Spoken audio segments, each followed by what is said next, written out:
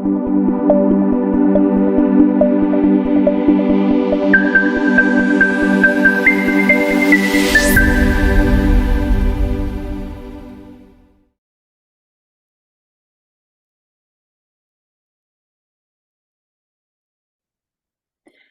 is Marsha Stonehill with Melty Ice. Today with me on Operation F.L.O.W, I have the privilege of having a conversation with Carolyn Curtis, who is an advanced practice registered nurse. Carolyn comes to us with a wealth of experience, and I'm going to read her bio. Hang with me here because it's a beautiful bio.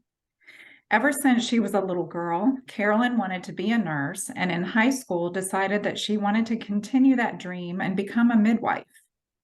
In her senior year of high school, Carolyn began her nursing education at the Vocational Training Institute in Leonardtown, Maryland, and then went to Catholic University to complete her bachelor's degree in nursing.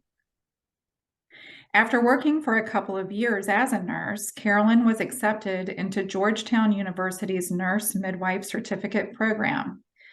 At the age of 24, she completed her midwife training and began working as a nurse midwife, working in both Philadelphia and the Washington, D.C. areas. As a young midwife at Booth Maternity Center, Carolyn really learned how to care for women holistically. She returned to Washington, D.C., where she directed a nationally recognized program for pregnant teens called Cities in Schools, and later served as the director of the Division of Nurse Midwifery at D.C. Health and Hospitals Public Benefit Corporation.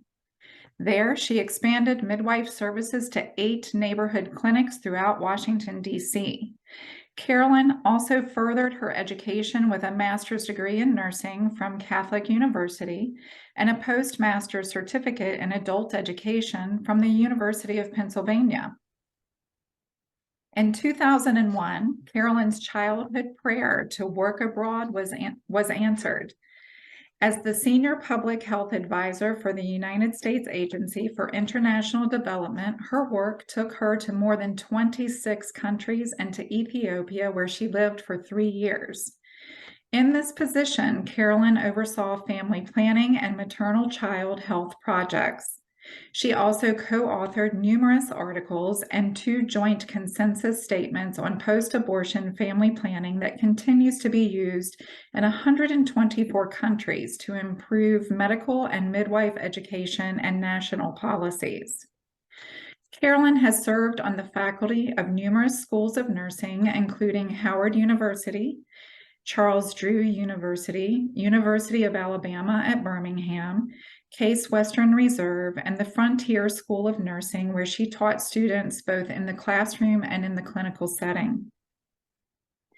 Carolyn has loved her work, and her calling has been recognized by numerous awards that she received. In 2022, she received the Lifetime Visionary Award from the American College of Nurse Midwives, its highest award. She was also inducted into the American Academy of Nursing, which represents the top 1% of nurses globally. Currently, Carolyn continues her work as the CEO and founder of her organization, the Carib Company, PLLC, where she provides consultation services in global health and maternal and child health. In September, she will be returning to Ethiopia on a medical missions team to provide healthcare services. Wow. Carolyn, the wealth of experience you bring to us, I can't thank you enough for joining us on Operation F.L.O.W and allowing our listeners to be inspired and learn from your experiences. Marsha, I have enjoyed my career. I feel like it was a calling from God, to be honest. And I really have enjoyed everything that I've done. And I'm so humbled that you have asked me to participate with you in this podcast. So thank you so much for this opportunity. Thank you. So when when you know that this podcast is hitting on, social justice topics, And when you and I were talking in preparation for this podcast, we talked about the experiences you bring to share with us about specifically Black women in midwifery. Can you tell us, and this is extensive throughout your family as well, right? Yeah. Most recently, I had a family member who I didn't even know was a family member, extended family member, contact me and asked me if I would be willing to talk about Black midwives. And also, this is the first time that I learned that there were midwives in my family. I had no idea. Oh, This wow. was last month. And so I did some digging. I mean, she had also begun some of the research and shared that with me. And I had also heard some of the history of Black midwives in the United States. It comes with a rich history and also a very sad history. Yes. As we know, midwives came over. They were a very important part of the slave trade. They came over to the United States from Africa as a part of the slave trade, and were seen as a very important, what I will use the word commodity. I don't like to use that word, but that was how they are considered. Slaves were considered property. And Mm-hmm. if you were a midwife, you had more value. Mm-hmm. And why was that? Because if we remember, the slave trade was officially ended. I'd have to go back and look at the dates, but there was a long period of time after the slave trade ended that slavery continued here in the United States. And so the question is, well, then where did the slaves come from? The slaves came from, I hate to say this term too, the breeding, because we as Blacks were treated as animals, treated as property. It was the breeding of the slaves to be able to have more workforce. The children were seen as a workforce. And so the midwife was seen as a very important person because she was the one who helped to take care of these women during their pregnancies, to help with their birth. And so therefore, she was considered very, very important. Also, she was important because she even helped the slave owners' wives when they had their babies. Mm-hmm. In regard to keeping records, the midwife was the one who knew which babies were born. So if you wanted to get some historical accounting as to when families were split up, sold from one place to the other, the midwife had those records in regard to who went where, who was born to who. So she had a very, very important role. The other two is the midwife was seen as very important in the community because she was able to travel outside of the local area that she lived in to take care of women, say on another farm plantation. And so she was seen as a big community advocate and also one who could join and foster the community. So she had a very, very important role. What happened in our society here in the United States was then the whole medicalization of birth, which started to happen around the 1920s. Mm-hmm. Anesthesia was introduced in Europe before it was introduced here in America. And so to be able to use anesthesia, women needed to be into the hospital setting. And there was also the desire, of course, that brings more money to be able to have your baby where you can get anesthesia. And it was money for the general practitioners. So there was an actual move to move birth from home into hospital. And for women who had economic means, this was an option available to them. Mm-hmm. The other thing, though, was to try to assist with this was a real deliberate demeaning of the Black midwife by blaming them for infections that occurred. But what we know is once birth got moved into the hospitals, there was great maternal death rates because of the unsanitary means that went on. So there was an actual campaign where midwives had to undergo more rigorous, and I'm not suggesting that it's not it's a problem to be licensed and to meet certain standards. I'm not suggesting that at all. But this was used to force people out of practice and to really force the Black midwives out of practice. Now we wish we had them, because we are now facing, in the United States, we are having a higher maternal mortality rate. In the last 2 years, the maternal mortality rate has increased by 41%. Wow. And that's horrible. Yeah. And that's because of many factors, because of not caring for women properly. In that regard, you know, I think a lot of women, and I don't know what you would say about this, Carolyn, a lot of women today don't realize the history of what women have had to fight for in Yes. decades past. Yes. And especially, of course, women of color. Mm-hmm. But all women in general, right? And then they don't understand then the red flags that you and I might understand because of the history that we know. And this is why it's so important to talk about this history, to talk about what was real, and to talk about what we still need to fight for. So that fight goes on two different fields. One fight is to increase the number of health providers of color, so that they are able to, and I'm not going to suggest that just because I'm Black, that I'm going to understand all the needs of every Black woman that I see. But sometimes, because you look like me, I feel more comfortable talking with you. The other is, so that's one, but the other is, what are the issues related to that? I can share with you some experiences that I have had as a Black healthcare provider and as a nurse midwife. In my first position at Booth Maternity Center, that was it was like the Mecca for midwifery in the United States. I really learned how to practice midwifery there. I will never want to give up that experience. I went there for 4 months as an intern to learn more, to hone my skills better after I finished midwife school at Georgetown.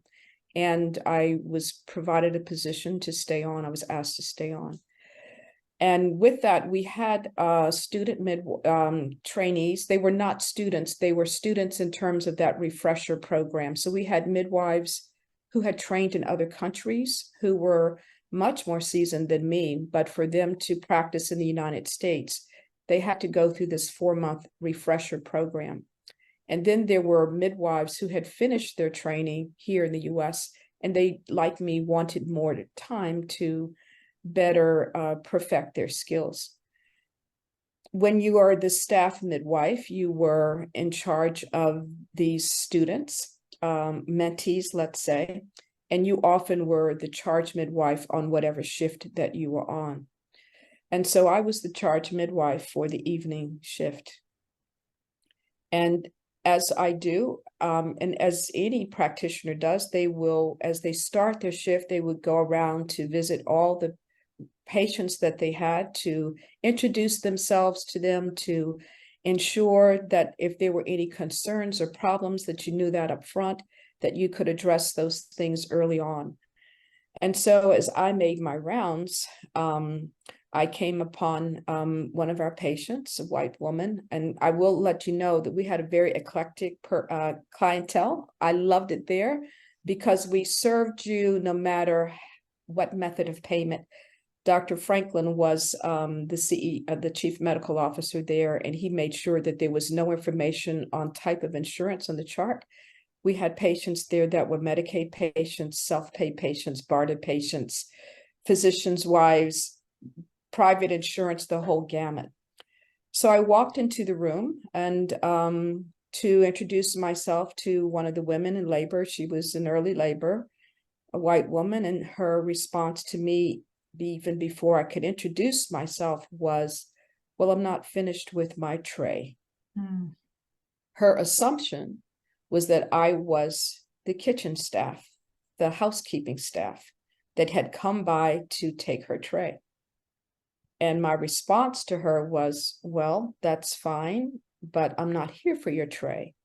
I am the chief midwife that's on, and I'm here to make sure that you are okay, to see if you have any concerns or questions, and to just make sure that everything is good for you. Mm-hmm. And this is exactly where we are now, you know, post George Floyd incident, where we are as a nation being challenged to look at our implicit biases. Yes. And what you're speaking there is a perfect example of that. And what I often say is I don't think we can even know what our biases are until it comes rolling out of our mouth. We have to engage in the conversations, and we have to be able to shift our thinking and take ownership of what does come rolling out and correct it. I think that takes a lot of confidence, and people often are more defensive than they are confident. But as nurses and in the nursing profession, I want to challenge our profession that this is what we must do. As nurses, we need to take the leadership in helping our society address these biases and grow out of and away from them. So I have a couple other experiences. This did not occur just in the beginning of my career. It even occurred even once I had practiced midwifery for over 20 years and began in the international health arena. When I was I was the chief midwife, let's say, for the teen pregnancy program, cities and schools. The midwives there, we were the first midwives to get hospital privileges at Georgetown. And those midwives were, 2 of the 3 were Black midwives. Even there as a student midwife, we were not allowed to practice at Georgetown. And so I would say that as a nurse practitioner of color, and I'm going to say this not just for nurse midwives, but for other advanced practice nurses of color, you are also continuing to deal with biases, because it's like, who are you? I mean, it's not the belief that you have the educational and knowledge and know it all. I mean, know with all, what do I want to say? The with all to be able to be in those roles. And so it's not only, it's kind of a double whammy. I'm now the advanced practice nurse who's giving orders to other nurses who they themselves don't want to accept you in your role as an advanced practice nurse. And then doubled on that is that I'm now coming as a midwife or advanced practice nurse of color, which is now like 2 things I'm needing to balance. There were many times at Georgetown, my colleague was humiliated with a resident doctor pretty much pointing his finger in her face, saying you should not do this or whatever. And she pretty much had to help him understand his place. I've had to do that as well, but also with my nursing colleagues is to say, I know my role.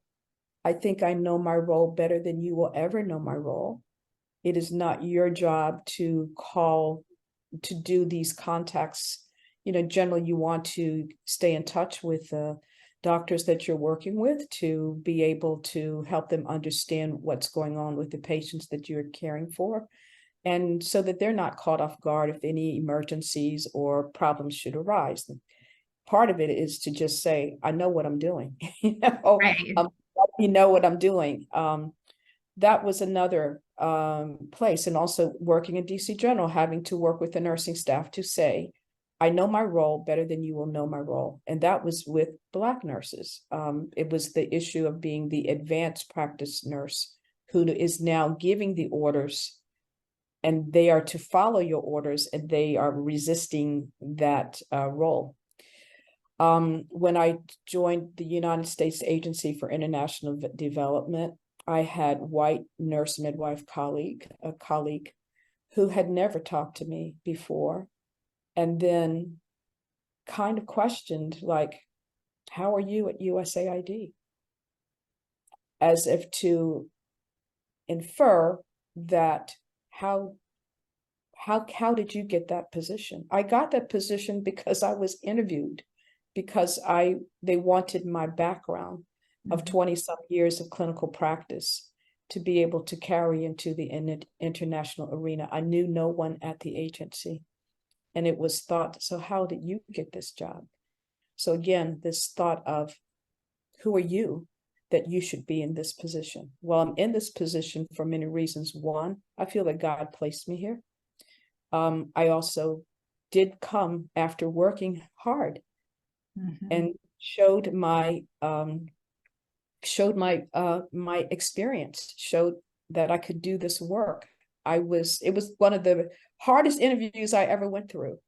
And yet one person there who I have thanked, a white woman who I have thanked, said to me, you can learn the agency. We want your background. And I had tried very hard to get into international health. It's a very tough field to break into. I've thanked her many times for just opening the door for me to go in. I had not done any international health by that time, and mostly everyone else in my office was there. What was kind of their, let's say, implicit requirement was that they had done some sort of work or lived abroad. And I never had that experience, either from a financial standpoint. It costs a lot of money to do an internship abroad, particularly if you have to pay for that. That was not possible for me. So I thanked my white colleague who said, we want your experience. You are bringing the right skill set. This is what we need to be able to do this job. I was there for 20 years, just about. Yes. Carolyn, where time goes so fast, we said that we wanted to keep this this particular part of our podcast series limited to 20 to 30 minutes so that people will listen. Yes. And you do bring so much an experience and so much knowledge. I do hope that you will consider doing more parts in the future, that we can have more conversations. What is the takeaway that you want people to take from this particular conversation today? A quick summary, I think, is that number one, if you should go after your dreams. I felt very blessed that I kind of knew what I wanted to do when I was young. Number two is that you have to persist in those dreams, that there will be naysayers. And those naysayers are naysaying not so much because they know who you are or they know your background, but because of the color of your skin. They may provide barriers for you to be able to do your work.